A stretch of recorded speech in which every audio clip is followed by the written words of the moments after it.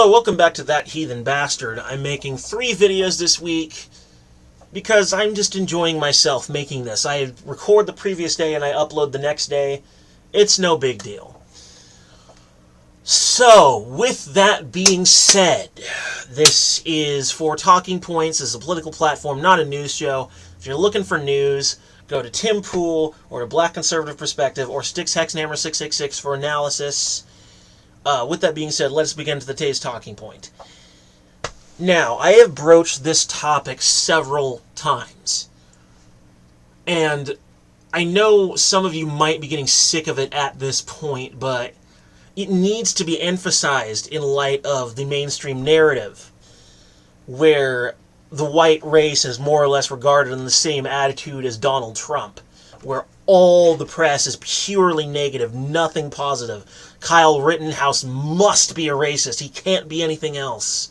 He can't just be some innocent kid who was chased by extremists down the street. No, he must have gone there over state lines with a gun to shoot black people, because that's what I feel. Not what I know, what I feel. Feelings aren't truth. Feelings aren't facts. Facts are truth. With that being said, this is my counter-narrative. This is my counter-narrative. How do you like me now? Because today we're going to talk about why, or rather, we're going to talk about the nature. We're going to talk about black racism in perspective. We are going to frame it to understand it in a realistic light. We're going to use empiricism. We are going to use personal experience. We are going to use so many good things. With that being said, let's go ahead and first talk about the use of casual racism and late racial slurs. Now, this is not a serious issue in particular, but it does show you where the person is at in their headspace. They have a clear negative bias against that group. This is bad. This is wrong, and this should not be a thing. Casual racial slurs are mostly for the purpose of offense. They're just meant to make the person feel negative. And depending on the severity of the insult, it could get worse or it could get little. And right now on Twitter, there is a hashtag Mayo Monkeys. That is a new racial slur invented by, I'm assuming, black nationalists or black racists, as intended for white people. Monkey was more typically associated with black people, and slurs like porch monkey, or how they supposedly kind of looked like monkeys, according to some. Which, by the way, I just take that as proof that of evolution, that human beings, yes, they are human racists. Take that.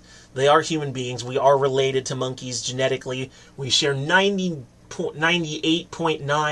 DNA with chimpanzees and bonobos. Those are apes. You are an ape. I am a mostly hairless cave ape. You are a mostly hairless cave ape.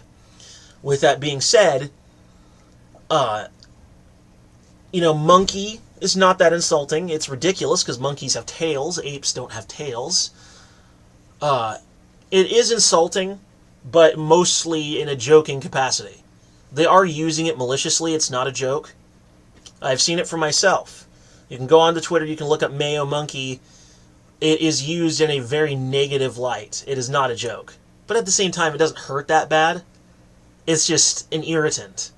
So, something that I think would be cause for trolling, I would love to troll these people endlessly. I'm trying to do that less, because I honestly feel like trolling is a behavior that maybe we shouldn't do it. Maybe we shouldn't do it. Maybe it's stupid. Just as a thought. Now, that's sort of the casual side, and this does happen. It shows where many in the black community are at. That they are at a headspace where it's like, oh man, those evil white people. Yeah, I hate them so much. It shows us where they're at. And when they're in that mindset that there's going to be worse things going on. Maybe you don't see it, maybe you don't know it's there, but that doesn't mean it's not happening. That's the last thing it means.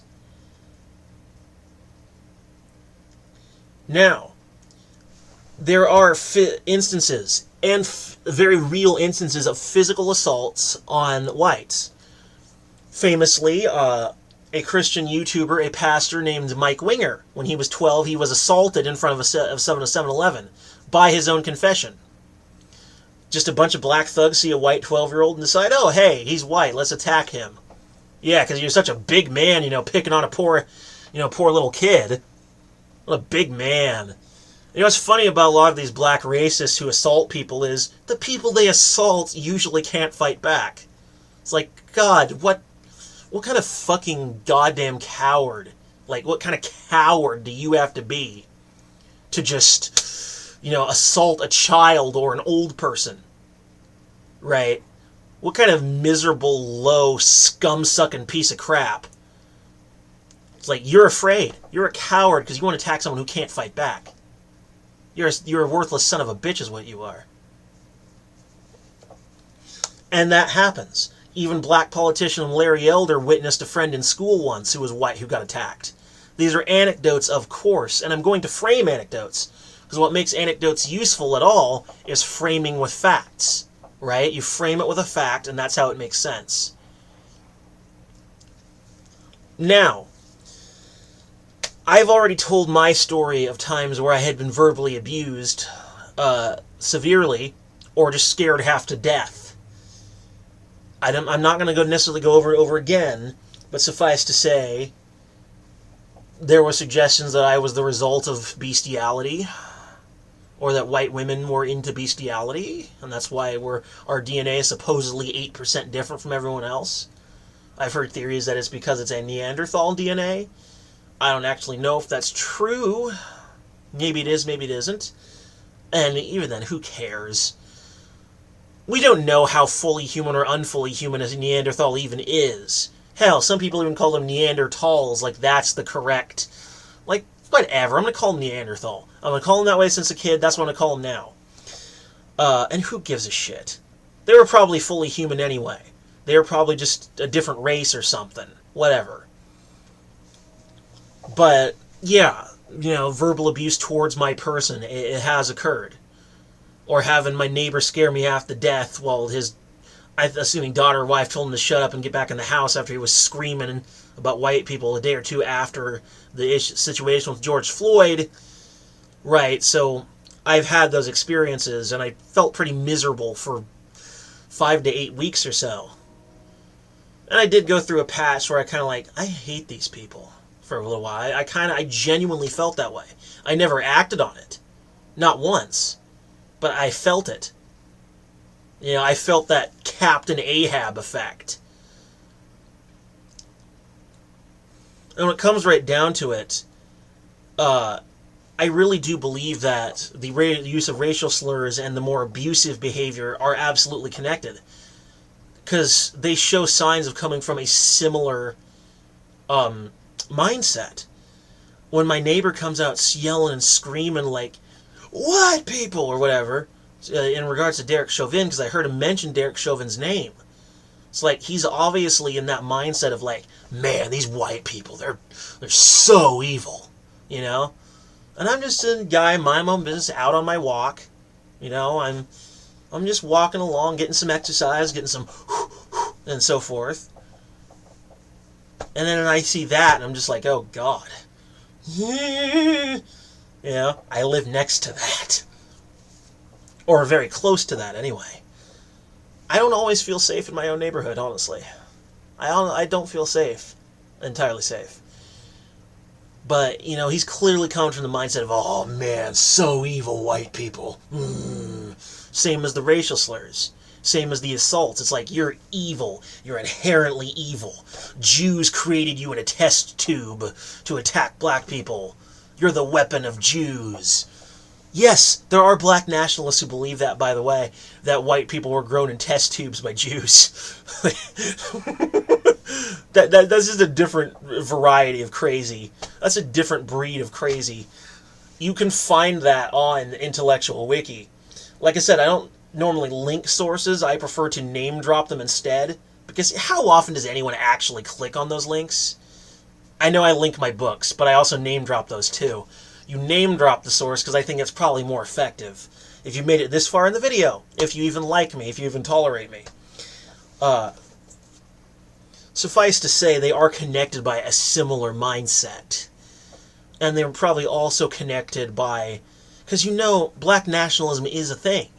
And it is part of the black community. Racism is part of the black community, whether you like it or not. And the effect of that, who knows? Maybe these ideas about white people are being evil or whatever, or inherently racist or blah, blah, blah, is trickling down from black nationalism. It's possible. You don't know it's not. Now, this is the part where I'm going to frame my previous statements with facts. Alright? I'm going to frame this.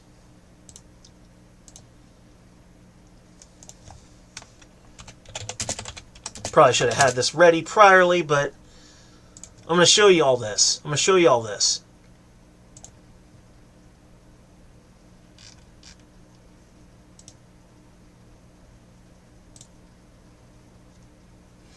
We're going to be running into some cognitive dissonance here, guaranteed.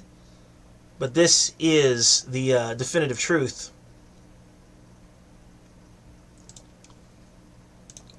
So, FBI hate crime statistics. Table 1.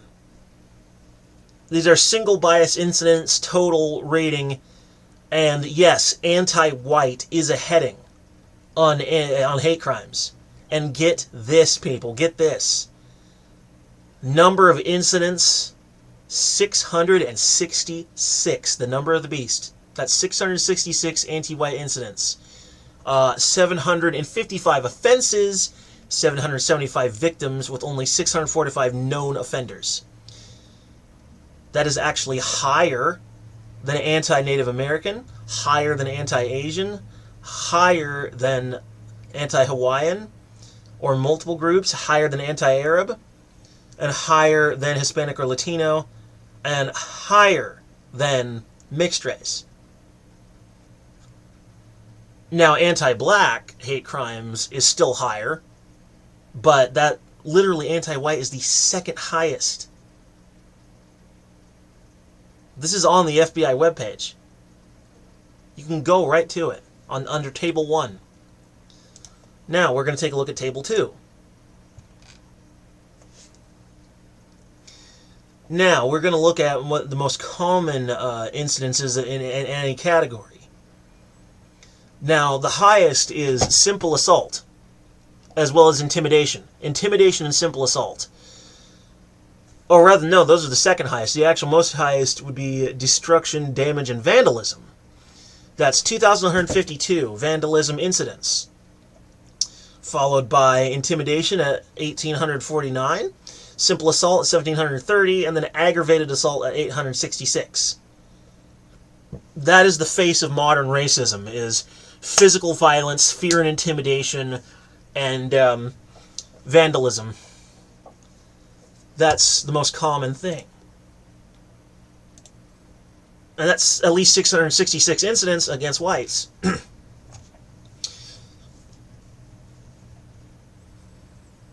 Now, we're going to get into some very difficult truth. But we're going to have to accept this, regardless. The sad fact of the matter is, the highest number as far as the race of the offender, known offender's race. The offenders were 3,564 white. But black or African American was 1,385. So that's 1,385 black people engaging in open racism. So you can't ignore that. That's enough people to fill a small town or a village. That would be an entire village of racists. I mean, come on. Now, they typically appear to engage in simple assault. Right, so stories like Mike Winger or what Larry Elder saw would be the most common. It definitely does seem like whites do it more often. It's more intimidation. incidents followed by simple assault. But we can't ignore that it's literally 1,385 blacks. That's a lot of fucking people. You could fill an auditorium with that. Now, we're going to look at Table 4.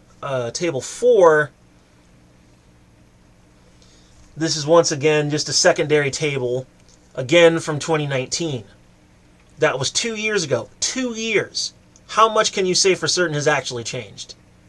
Probably not a lot.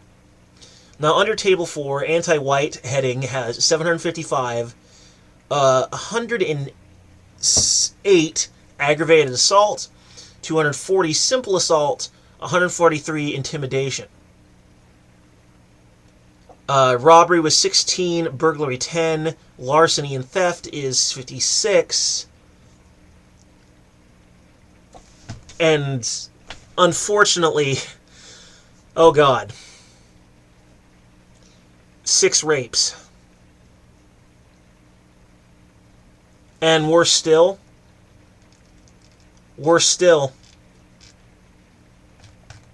under the rape heading, that's the highest number.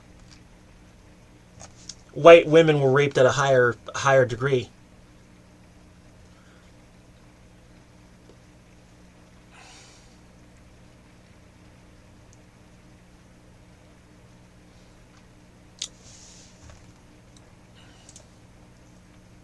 Yeah. Yeah.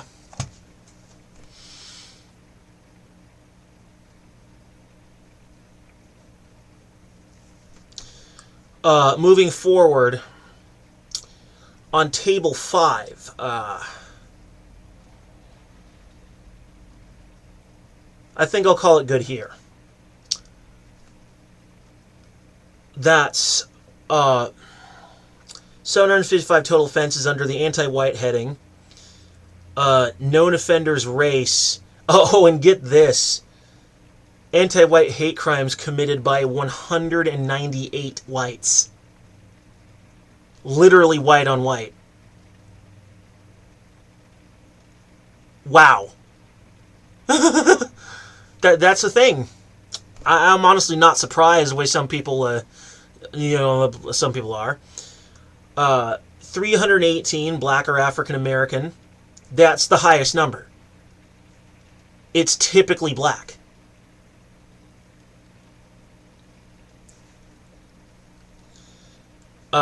Then there are some American Indian, Native American or Alaskan Native, but that's small numbers, like 21 people. 5 Asians, so that's an extreme minority. Native Hawaiians, they're not really a group of multiple races. That's like 23. Unknown race, 24. That's 38 Hispanic and Latino. Not Hispanic or Latino, but not identified. Group of multiple ethnicities, 5. Unknown ethnicity, 314. So it would seem, and in other headings, such as anti-black, a lot of the time the ethnicity of the criminal in question is unknown. We don't know who did it. Right? Now, I'm going to take you over to the Rasmussen Poll, which came up recently.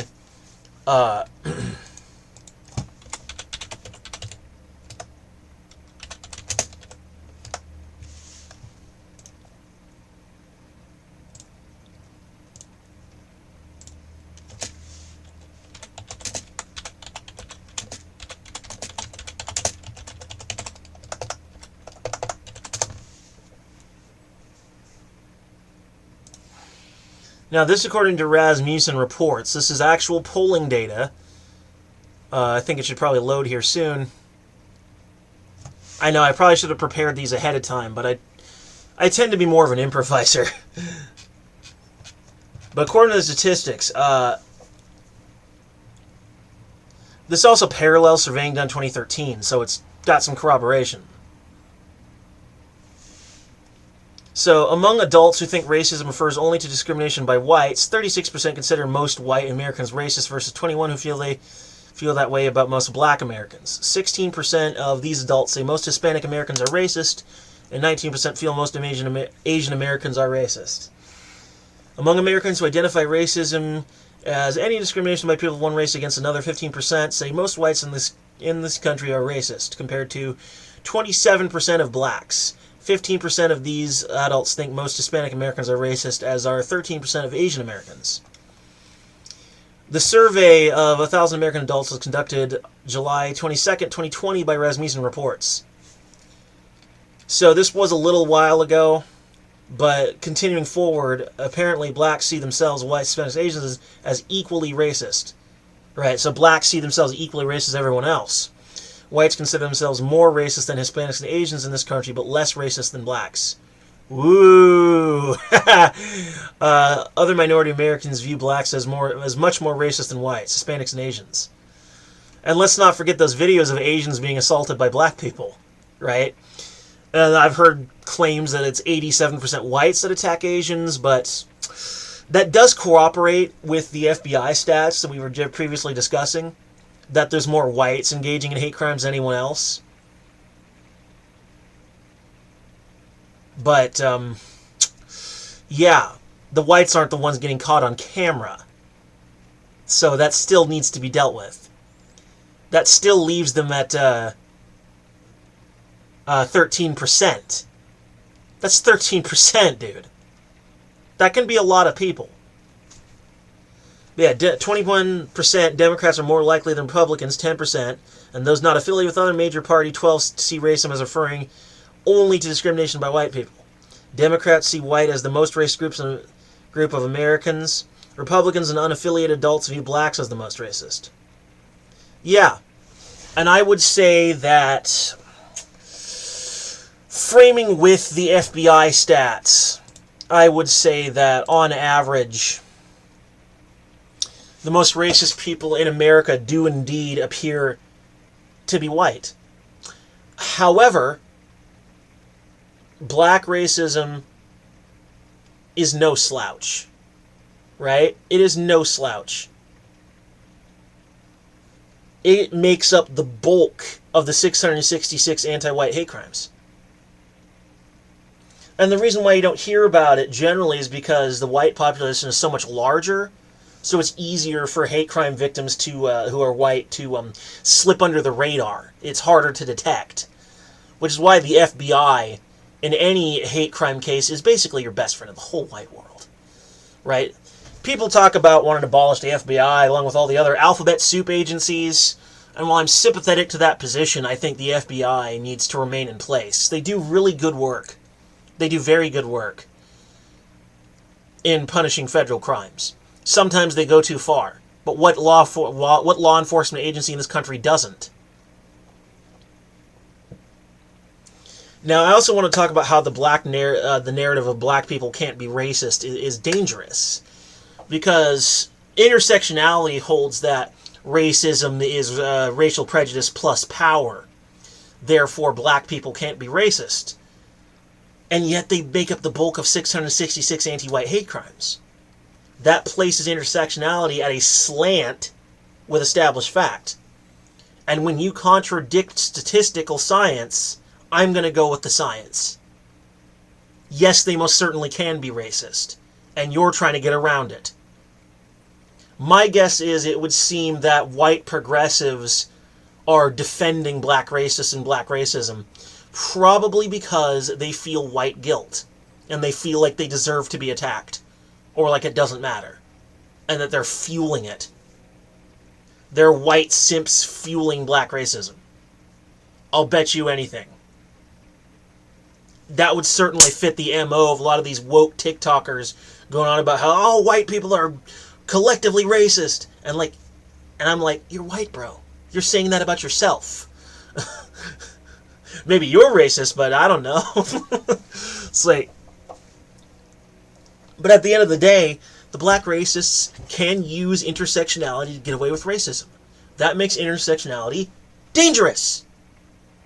Not only that, it's pseudoscience. Kimberly Crenshaw is a terrible sociologist, a terrible social scientist, because she used anecdotes to come up with her points of oppression. Anecdotes are not science. And look what I did when I included anecdotes earlier in the video. I framed the anecdotes with statistics. right? That makes the anecdote meaningful. An anecdote by itself is not testable, it's not repeatable, it means nothing. It's just a story. But if you frame it, that can give personality, voice, and humanity to the statistic. Join your statistics with your anecdotes together, right? And that becomes an extremely persuasive reality. Hard to get around, hard to ignore. And there was an incident caught on video where a black person referred to an Asian police officer by a racial slur and then immediately said, black people can't be racist because racism is prejudice plus power. He used intersectionality to defend his behavior. So not only can it happen, it has happened. It was widely circulated on Twitter. I'm sure most of you probably already saw it. It was a hilarious moment of complete and utter hypocrisy. Very hard to forget when you see something like that. You know, hypocrisy is utterly disgusting. It truly is. This has been a sad video, but it really needed to be talked about. When I was talking about how the rape stat, anti-white rape, was the highest one on the list, for a moment there, I was really holding back the wet works. Because I was starting to have some very ugly thoughts there. But that's the reality of it. That's the reality. I just framed black racism for you. I've shown you what it's like in perspective. I did not enjoy this. I did not enjoy this, but it needed to be done. This is so important. So important. With that being said, there will be a link down below in the description to my books. Please buy, download, and read them. And as always, tschüss. Peace.